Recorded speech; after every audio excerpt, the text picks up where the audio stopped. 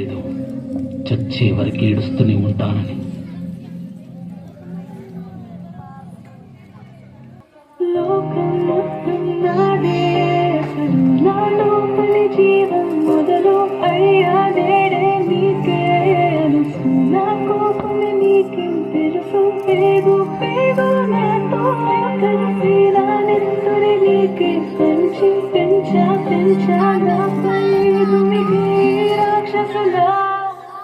అత్యాచారం చేసి నోని ఊరి తీయాలి, మేడ పట్టి గొంతు పిచ్చి కాల పెట్టాలి. నేను చెప్పేదంతా లోకం మొత్తం వీణపడాలి.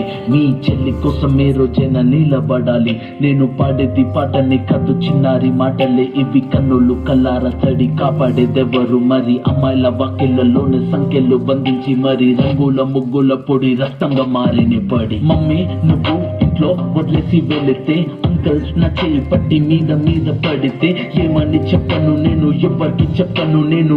మీరే నేర్పించారు పెద్దోళ్ళు దేవుళ్ళు అని. ఎందుకు మమ్మీ పుట్టించాడు డాడీ నన్ను? అసలు వినాలనుకున్న నేను చందమామ కథలు, ఆడపిల్ల బాధలన్నీ చెప్పుకునే బదులు పుట్టగానే చంపేస్తుంటే తప్పుతుండే ఉసురు. చిన్న బట్టలు వేసుకుంటే చంపేయాలా?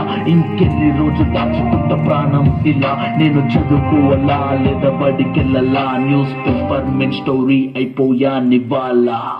చిరునవ్వులతో కాలం గడపాల్సిన చిన్నారి మనుష్యని రంగేసుకున్న క్రూర మృగాలకు బలైపోయి 8 ఏళ్ల చిన్నారిని హింసించి అత్యాచారం చేసి చంపిన ఘటన మానవత్వానికే మాయని మచ్చగా మిగిలిపోయింది.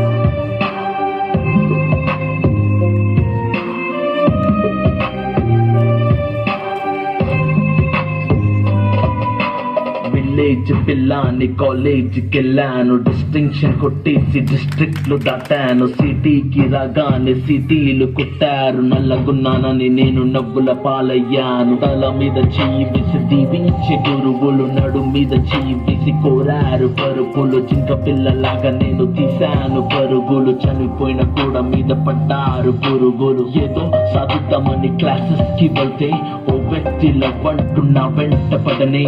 చిన్న చూపు చూసి నా చున్నీ లాగాడు, యాసిడ్ దాడుల్లో నా పేరెక్కించాడు. రోడ్డు మీద రేపు చేసి రోకల్తో చంపారు. ఇది విన్న మా డాడీ కుక్క పెట్టి ఏడ్చాడు. క్యాండిల్ పట్టుకొని వాకింగ్ చేస్తారు, క్యాండిల్ ఆరిపోగానే ఇంటికెళ్ళిపోతారు.